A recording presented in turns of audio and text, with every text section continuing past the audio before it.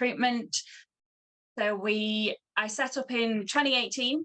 So I've been going sort of, I don't know, 5-6 years now. Originally, I was an air traffic controller. So I spent 12 years working for NATS, based out of Manchester, and then we got moved to Scotland. Amazing job, but probably the most toxic culture I've ever worked in. So I took voluntary redundancy and decided that no one should have to work in that sort of environment. No one should have to be made to feel like that working. And that's kind of how I fell into recruitment. I was quite disillusioned by it all. All the company, or a couple of companies I worked for, it seemed very obvious that they cared about the fee. They didn't care about the people, the candidates, the clients. It literally was just, we need to get these people out and get some money in, and then we don't care. So that's why I set up on my own. It was time that things changed.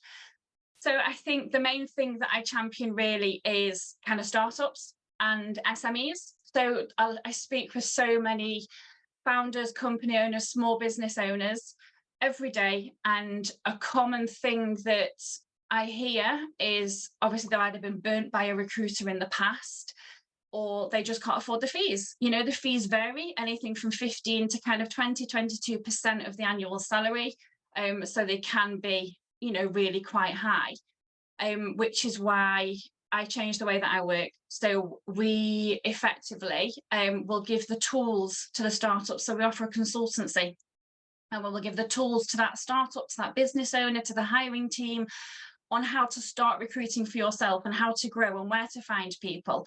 So I think the main challenges a lot of company owners are facing at the moment are around sort of talent attraction. Candidates are really quite savvy at the moment. So talent attraction is a big one, and also staff retention. You know, people are jumping ship at the moment for, to them, very serious reasons, and companies aren't moving quick enough with the times. So a lot of founders and a lot of company owners I speak with are still quite in the old school days, that they believe a great benefit package includes, you know, free tea, free coffee, free fruit when you come into the office. That's not a benefit. That is not a perk. You know, people want flexibility. They want to be with the families. They want to have the option to work from home. So kind of the advice that I'd give to anybody that is looking at hiring or looking at starting to hire, you really need to know what your competitors are doing. Look at your market, look at your local area, look at what your competitors or similar companies are doing, and make sure that you're kind of up there with them. You know, look at if the average salary is, say, 32,000, try and either be around that, you know, offer people something that's really, really valuable. It isn't about the money as much anymore for candidates. It is actually about the package. It's about what they get. It's about what you're offering them. You know, I've had candidates turn down, you know, £15,000 increase on their salary because the company was very stringent. You know, if you're offering flexible working, please be flexible. You know, there's a company that says they have a work from anywhere policy, which is amazing. Everyone would jump on that. Unfortunately, that policy means it's a maximum of 3 weeks. It must be in one block, and you can only do it once a year. So it's not really a work from anywhere policy. So you need to listen to what's going on, listen to what's out there, listen to what people are wanting, you know, ask people what they want. If you're at the stage you think, as a business owner, right, I'm really busy, I really need to start thinking about getting someone else on board with me, you know, leverage your network. We're all on LinkedIn. We all have connections on LinkedIn. Ask them, you know, run a poll, ask the people, you know, ask your other founders, ask the community, you know, I need this person. Does anyone know anyone? People are more than likely going to know anybody. If you're not sure, you know, again, I'm in here, but, you know, advice, ask people, you know, if they know of anybody or anywhere they can go to find that staff member. And again, one thing when you're interviewing, don't be shy, don't be scared of asking anything that you want to know. I think a big problem that I see when people apply for jobs, the hiring managers will skim a CV and go, oh, they've not got the industry experience, they've not got the knowledge, they've only done 4 years, and then they won't interview them. But actually that person could be like the most amazing diamond in the rough that would take your business to the levels that you want it to go, you know. So really think about when you're starting to hire, think about the transferable skills, think about, what other job could this person have done that will give them the best skills and the best experience to really help my business. If you, like Neil, if you're in the design business, you might not have someone from a design background, but then look at someone from a different creative background that they could utilize. It sounds silly, but hairdressers, they get ridiculously creative sometimes, especially with wedding hair. So that could be an awesome transferable skill to bring across into a different form of a design business. So just kind of be really open-minded. One thing I will say, if a recruiter would ever come to you saying, I've got this amazing candidate and they've done this and they're perfect for your business, even though I know you've not asked me to come to you with a candidate and you're hiring, but I have this person. The one thing I'll say, please make sure you get proof of consent off that recruiter. That candidate has said they can share their details. So many people fly CVs around with people's details and work history on, and they don't have the permission. They kind of do it, like you were saying, you spray and pray and hope some of it sticks. And then when you go back and go, that guy looks amazing, then they'll contact them. So if anyone does approach you, please, if anyone that genuinely can represent them will have no issue sending you some form of consent. So that's kind of the main tip that I would say. If someone approaches you with a staff member, with a CV, with a candidate, just say, so they look great, I would be interested, but have you got consent to represent them? If they haven't, you won't hear from them again. But that's one thing. Another thing a lot of people I speak with struggle with at the moment, especially in recruitment, is staff retention, keeping hold of the staff. So it's amazing, you can find the perfect people, you interview, they get them on board, they're doing really, really well, and you carry on with your day job and the figures are coming in if it's in sales, for instance, and then suddenly the notice comes in, they're leaving and you don't know why. I think a lot of the times, once people start, you have your first week or 2 weeks maybe sort of bedding in, and you teach them the ropes and you teach them the job and how your company works, and then they're forgotten. So if you start hiring, or when you start hiring, you really need to put as much attention into your onboarding for your staff retention as you do into your interviewing. So one thing I always say to a lot of, especially the founders and the SMEs that I work with, give them a buddy, assign them an office buddy, no one that's in a higher position. So someone in a similar position, maybe the same position as them, but someone that is not a line manager. And you will find that candidate, if they struggle with anything, they will feel so much more comfortable approaching this buddy, asking for advice. And it could be silly things, it could be something as silly as like, oh, do we all go for a break at the same time? Can I, just make a cup of tea?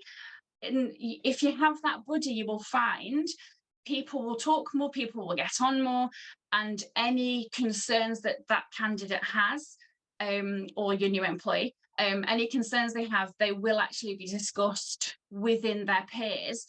Because a lot of time, especially in a new job, up to kind of 2 to 3 months, people will feel concerned approaching a line manager saying, well, I've been in the job a month, I should really know.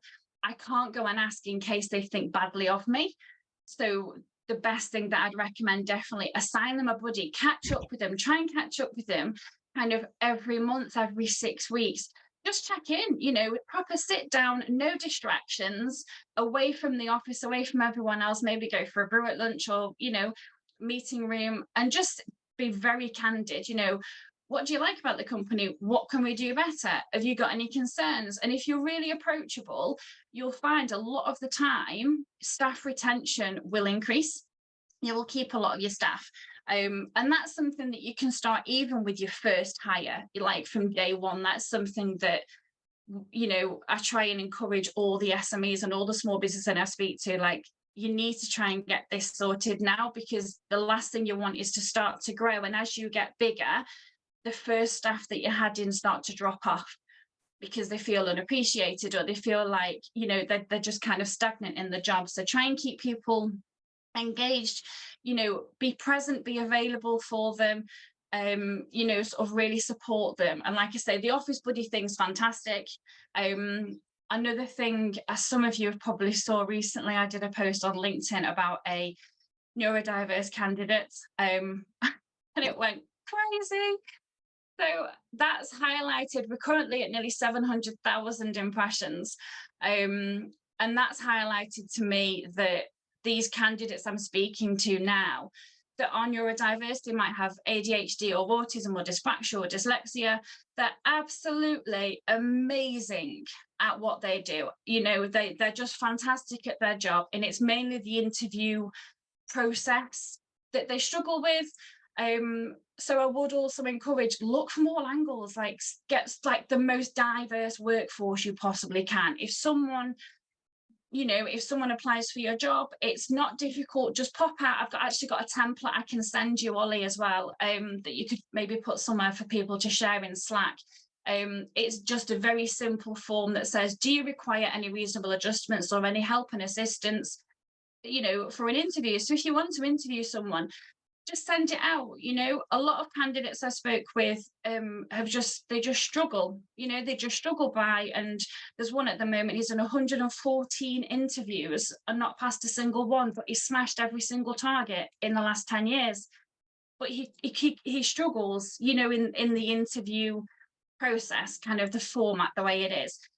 So maybe change your interview format, you know, don't have a desk blocking you. It's the usual, try and sit next to each other as opposed to opposite a desk.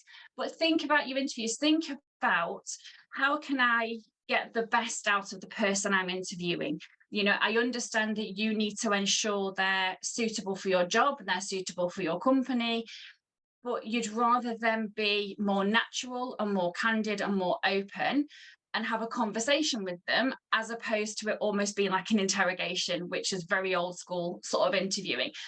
So if you are interviewing people, even if it's via Zoom, you know, again, via Zoom, think of your background. So some neurodiverse candidates will really struggle with busy backgrounds. So try and keep it, you know, kind of as simple as you can. But like I say, just ask, no matter who they are, whether neurodiverse or neurotypical, or just ask them, you know. And if you look at a CV and think, oh, I'm kind of not sure, they might be okay, ring them. Just give them a call and ask them. No one will ever be offended if, you know, if you ask them. If you're not sure about something, it's better to ask than it is to just assume and, you know, discount that candidate for whatever reason. So has anyone had any difficulties with hiring at the moment, or even more recently? Phillipa, great presentation so far. Hiya. I found the challenges are to do with, we've got a great candidate in, but it's almost like they're using the offer to go and get a better deal from their current employer. So they're not really looking to leave, but they're using the new offer sort of as a bargaining tool. So how do you weed those type of people out? I'm dealing with a client with that, I think, a similar situation at the moment. Yeah. So when I first speak to a candidate, it's really quite in-depth. It's a good kind of half hour, 40 minutes. So you go through the motivation, you know, for why are you looking to leave? Tell me something about, you know, what you're doing at the moment, your current job. Why are you looking why are you looking to leave that job? They will be honest with you. They'll tell you why. And it's more about, you need to really, really qualify that person early on. You know, if I gave you a call tomorrow and I said, look, I've got this dream job for you, what does that dream job look like? And you need to work out kind of where they are now and what their dream is. If they are just using it as a bargaining tool to increase salary, you will usually get that out of them. If you do a really in-depth initial phone call with them, initial, you know, meeting, not necessarily interview, but it's more the, you know, just kind of the fact-finding mission almost. If you go really, really deep with that, you know, what do you want? Why are you looking to leave? What are your motivations for the future? What was really important to you in a new job? That hopefully should usually kind of weed out the majority. I'm not saying it will work every time. There might be a few people, but it's very much, I found in the past, a lot of the times when someone has accepted a counter offer. So when they put the notice in, their boss has suddenly realised what their value is, which I think is the most disrespectful thing ever. But when the boss goes, oh, actually, you are quite valuable, let's give you a pay rise and let's keep you here. When they accept that counter offer, it's usually only a matter of months, 2, 3, 4 months before I get an email in my inbox going, oh, I'm looking to leave. Have you got anything? Because the problems and the reasons why they want to leave will still be there. They'll have more money, but they'll still be there. And like I said before, candidates now are really savvy. They're not as bothered about their money. They're bothered about the culture. They're bothered about the company values. Company values are huge. If you look and you think, right, I'm really struggling with my workload, I know I need to hire, so I'll set myself a target of January. I want a new starter in place by January. Start now. Start, like, really dive deep on what your company values are, what your ethos is, what you live and breathe as a company, and who you want to be known as, and start promoting it. Start putting it on your company page on LinkedIn, put it on your personal page on LinkedIn. You know, if you have anyone that works for you already, get them to share your content. Because when a candidate has a look, if they see a vacancy on LinkedIn or on Indeed or CV Library or Total Jobs, the first thing they will do is research your company. And it's not just Glassdoor. They will go to LinkedIn. They will go to your company page and read the post that you've put. They will then look at the employees. They will go to the employees' personal LinkedIn pages and see what you talk about. You know, I am now known as someone that champions kind of neurodiverse candidates and, you know, adversity in the workplace and diversity and equality, which is amazing and I love it. But if you go on to my LinkedIn, you'll see everything I post shows that I genuinely really care. You know, you need to live by the values. Candidates really are doing their homework, and before they even hit that apply button, they will have looked you up everywhere. They would have researched you and your business to know that you are where they want to be. So it isn't necessarily about the money or the counter offer. It is about the culture, the values, the benefits, what you can give them. And for the long haul as well, people aren't looking at job hopping anymore. But it's definitely, you really need to start as soon as you can, because if it's a case of your job ad was posted 2 weeks ago and then they go on your company LinkedIn or your personal LinkedIn and it's only been 2 weeks that you're posting about how much you live by this value or you're sustainable, then they'll know it's well, they won't know, but they'll think it's almost like a front. So that's kind of what I'd say. But for you, a doer, it's definitely, you really need to dive deep on the fact finding. You know, really ask the probing questions.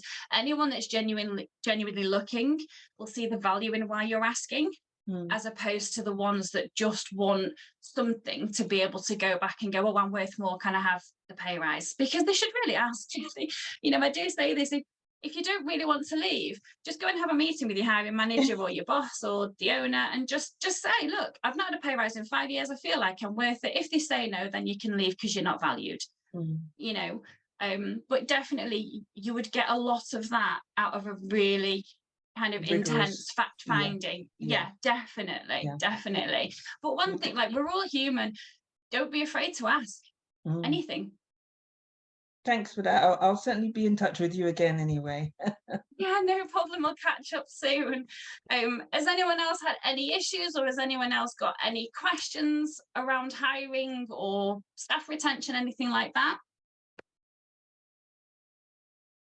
Oh, okay, Gary. Really good speech, Phillipa. There's loads of really good points. Not hiring so much in at the moment. I did in the past, but definitely for the future, you can see a lot of things. I just wanted a bit of a comment on, I work in like the supply and demand business. Is this very similar to supply and demand? Because you can say that candidates are asking for this, this, and this, but that's because the supply is needed by the employees. Do you think that will all change in the future, maybe when it's not so much in their favour? It's really difficult. So, like, recruitment industry, it ebbs and flows like any industry, like any business. So I noticed, obviously, pre-COVID, it was a really client-driven market. So candidates were taking whatever they could get, you know, because the companies were in charge. Obviously, COVID hit and it was all a bit mixed up. And then we went into a very candidate-driven market. And it does have a, but a lot of the time there's like residual bits that stay behind. So yes, the supply and demand is here, but I think people in general, I think this is going to be here for quite a long time. I think COVID's made a lot of people sort of reevaluate their lives and, you know, and what's important to them. And, you know, I've noticed people saying it's just about the pay rise. It's just about the pay rise. And since COVID, they're like, I'll take a 10 grand decrease if I can get more time with my family and more flexibility. But I do, yes, the supply and demand's there, but I do feel that when that drops off, a lot will still stay because, you know, and again, a lot of hiring managers had quite a few clients pre-COVID that would never dream of letting a staff work from home, even for half a day. And now they're probably the most open-minded and flexible. You know, we've all done it, haven't we? You know, when you work with COVID, especially working from home, normally you'd leave home at 7:30, you'd get to the office for 9 and you'd make a brew. Whereas now we're still up at 7:30, we're at the computer at 8. We don't stop for an hour at lunch. So they're getting so much more work and productivity out of us. And I think that's definitely here to stay. I really do. So I know Tom's about to come in, but I just wanted to mention, from what you said, sounds to me like you have to treat employees or people you want to recruit as customers. And I don't think we do that enough. Do you get what I mean? Is find out what they like, how they work. Exactly. Do you know? Absolutely. And I think anyone you speak to, if you even like your general pub conversations, if you said like, do you remember the best boss you ever had? Why were they the best? And I can guarantee it will come down to personal touch. My best boss ever was in air traffic. He wasn't even from a military or an aviation background. He was a manager for DFS Sofas. And he came in to run the whole of the air traffic at Manchester. And he came round Christmas Day on our afternoon shift at 5 o'clock with mince pies, and he sat and had an individual chat with every one of us. And he was the best boss because, and it's all about care. And I know I seem quite fluffy and like, oh, we should all love each other. But it's about care. You show that you care. You pay the salary, but you need to care about your staff. I think it was Richard Branson maybe that said, if you look after your staff, they in turn will look after your customers. So if you make them feel valued, like you genuinely care, they will stay with you and they will do more work for you. You know, they will definitely, they'll go that little bit extra for you if it is ever required. Tom. Hi, Philippa. Fantastic talk. Thank you. You've put lots of ideas in my head. I had a particular thought, which is about employer value proposition. Yeah. That is very much seen as being something that corporates do. And I am sometimes involved with big corporates in doing stuff around employer value proposition. Most of them are pretty horrendous at it. They spend a lot of money on it. They don't actually do very much good with it. I'm frequently very frustrated at the outcomes of my work in those areas. Yeah. However, who has tried to create a business that is viable for SMEs to properly address employer value proposition at that level? Because I haven't seen anybody do it. And surely, is it not some smart recruiter like yourself to actually create that as a bolt-on to the business, to say, I can do the mechanics of, you know, the attraction and the processing of people, but what you also need, because this is exactly what you're saying, is what you actually need is some help on your value proposition as an employer, separate to your customer brand proposition, that will help you do all the things that you're talking about, but that actually needs some specific. I think people should be paying for that, whether you know whether they will or not. But I think that's about sort of making it viable for them. But I think that would be a really interesting proposition to try and drive SMEs to think more about that employer value proposition. Yeah, thanks, Tom. Well, you forced my hand now. This was going to be an announcement next month. I'm currently working. Thanks, Tom. Oh no, what have I done? No, it's fine. I'm working on a workshop. So the way I work, because so many recruiters Just a quick story. I don't want to hold it too long. Quick story. When I worked at one of the companies, I had a candidate and she was just the most beautiful person ever. And she was in this job. She'd been there about 2 months and she rang me one morning at 7:30 in the morning. And she was in tears. She was crying her little heart out. And she said she was literally having a panic attack whilst driving into work, the place that I placed her in. And she said that it was fantastic. They had a shift in management only a couple of weeks before it became toxic. She's like, I can't bear to go in. I said, don't go in. Just phone in sick and I'll find you something else. I told my boss, you know, look, she needs to leave. We need to get a replacement. You need to call the client. And his exact words were, lie to her and drag her on for 2 more weeks because that's when the rebate's up. So I put my notice in that day.